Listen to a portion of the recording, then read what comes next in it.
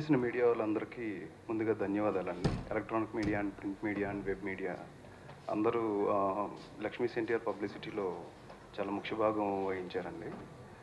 29th March cinema release అయింది. Cinema release అయిన అన్ని ఏరియాల్లో మంచి రిపోర్ట్ వచ్చిందండి. యాక్టర్స్గా నేను నారా చంద్రబాబు నాయుడు గారి క్యారెక్టర్ ప్లే చేశాను.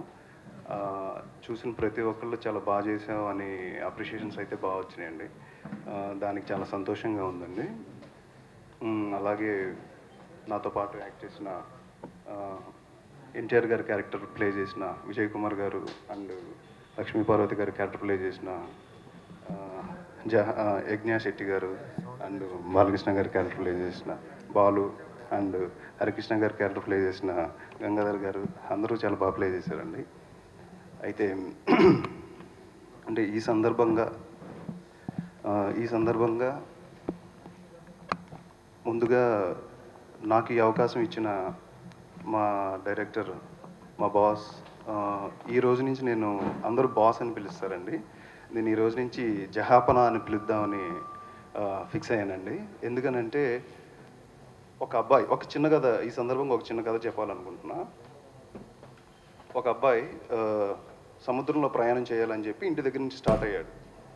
ఇంటి దగ్గర నుంచి స్టార్ట్ అయ్యి చిన్న చిన్న వాహనాలతో అలా సముద్రం వరకు చేరుకున్నాడు. సముద్రం దగ్గర చూస్తున్నాడు, అది చాలా పెద్దది, అంతులేనిది, తీరం తెలియనిది. అలాంటి చోట దొరికిన చిన్న చిన్న షిప్స్, చిన్న చిన్న పడవలు, చిన్న చిన్న బోట్లు, వీటి సహాయంతో ట్రావెల్ చేయడం స్టార్ట్ చేశాడండి.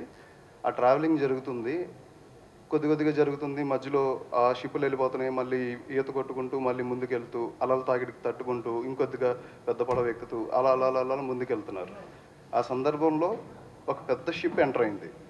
ఆ షిప్లోంచి మరి నా కష్టాన్ని చూసారో ఏం చూసారో నాకు తెలీదు, ఒక ఆయన పైనుంచి రోప్ విసిరి నన్ను పైకి లాగారు. పైకి లాగిన తర్వాత నేను ఎక్కి చూస్తే అది కంపెనీ. ఆ కంపెనీని నడిపిస్తుంది ఆర్జీవి గారు. నాకు తాడు వేసి లాగింది అగస్త్య మంజు. నాకు ఈ అవకాశం రావడానికి అతి ప్రధాన కారణం వంగవీటిలో దేవినేని నెహ్రూ గారి పాత్ర చేసిన అండ్ ఇప్పుడు లక్ష్మీస్ ఎన్టీఆర్లో నారా చంద్రబాబు నాయుడు గారి పాత్ర చేసిన ఈ రెండు పాత్రలకి నాకు ప్రధాన అవకాశం రావడానికి మంజు అన్న. అందుకే హీజ్ మై బ్రదర్. నాకు ఎల్డర్ బ్రదర్ ఎవరైనా ఉంటే నేను అగస్త్య మంజుని డెఫినెట్గా నా ఎల్డర్ బ్రదర్ కింద నేను స్వీకరిస్తానండి. నేను ఆ షిప్ ఎక్కిన తర్వాత చూస్తే అది ఇప్పటికి 30 సంవత్సరాల నుండి అది ట్రావెల్ అవుతూ ఎంతోమంది డైరెక్టర్స్ని, ఎంతోమంది డిఓపిల్ని, ఎంతోమంది రైటర్స్ని, ఎంతోమంది యాక్టర్స్ని అక్కడ తయారు చేయబడుతున్నారు. నేను కూడా ఆ యూనివర్సిటీలో ఎంతో నేర్చుకున్నానండి ఆర్జీవి గారి దగ్గర నుండి. యాక్టింగ్ పాయింట్ ఆఫ్ వ్యూలో కానీ, కెమెరా దగ్గర ఎలా బిహేవ్ చేయాలి అనే విషయంలో కానీ, క్యారెక్టర్ని బయోపిక్స్ చేసేటప్పుడు ఎలా కేర్ తీసుకోవాలి, ఇలాంటి విషయాలు చాలా నేర్చుకున్నానండి. అంత ఫ్రీ స్పేస్ మాకు అక్కడ దొరికిద్దండి. ఇలా ఈ చిత్రంలో నటించినందుకు ఒక యాక్టర్గా మనస్ఫూర్తిగా నేను ఈ క్యారెక్టర్ ప్లే చేసినందుకు చాలా సంతోషంగా ఉందండి. ఈ సభాముఖంగా ఇప్పుడు నేను ఒక చిన్నది చెప్పాలనుకుంటున్నా. శ్రీతేజ్ అను నేను కళామ తల్లి సాక్షిగా, కళామ తల్లి స్థాపించిన కళారంగంలో నేను ఏ పాత్ర చేసినా ఖచ్చితంగా 100% అంతఃకరణ శుద్ధితో దర్శకులకు, నిర్మాతకులకు, ప్రేక్షకులకు, ప్రతి ఒక్కళ్ళకి నేను నా పాత్ర ద్వారా 100% న్యాయం చేస్తానని కళామంతలి సాక్షిగా సభాముఖంగా తెలియజేస్తున్నానండి.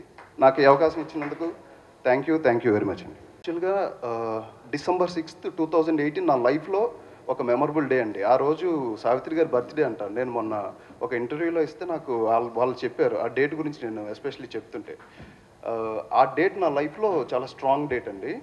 ఆ రోజు నుంచి నేను చంద్రబాబు నాయుడు గారి పిక్స్ దాదాపు ఒక 1000 పిక్స్ కలెక్ట్ చేసి ఉంటాను.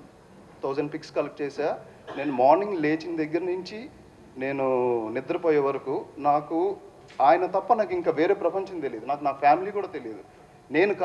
నేను చేసే పాత్ర నేను కాకూడదు. నేను ఏదైతే యాక్ట్ చేస్తున్నానో ఆ పాత్రే కనిపించాలన్న తాపత్రయంతో చాలా వర్క్ చేశానండి. బాడీ లాంగ్వేజ్ కానీ, వాకింగ్ స్టైల్ కానీ, లేకపోతే లుక్స్ కానీ, మేనరిజమ్స్ కానీ, ఇంకా నాకు వేరే ప్రపంచం తెలియదు. చాలా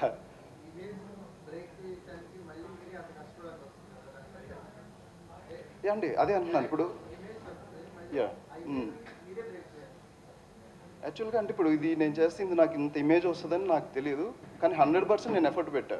ఇప్పుడు ఏదైతే 100% నేను ఎఫర్ట్ పెట్టానో నెక్స్ట్ నా ఫర్దర్ సినిమాల్లో కూడా ఖచ్చితంగా ఆ 100%, అందుకనే మనస్ఫూర్తిగా అంతఃకరణ శుద్ధితో నేను ఖచ్చితంగా నటుడిగా నా వంతు బాధ్యతని ప్రేక్షకుల్ని మెప్పించి మైమార్పించడానికి ఒక వినూత్నమైన క్యారెక్టర్స్తో, ఇంకా మంచి మంచి క్యారెక్టర్స్తో డెఫినెట్గా ఆనందపరుస్తానని నమ్ముతున్నానండి.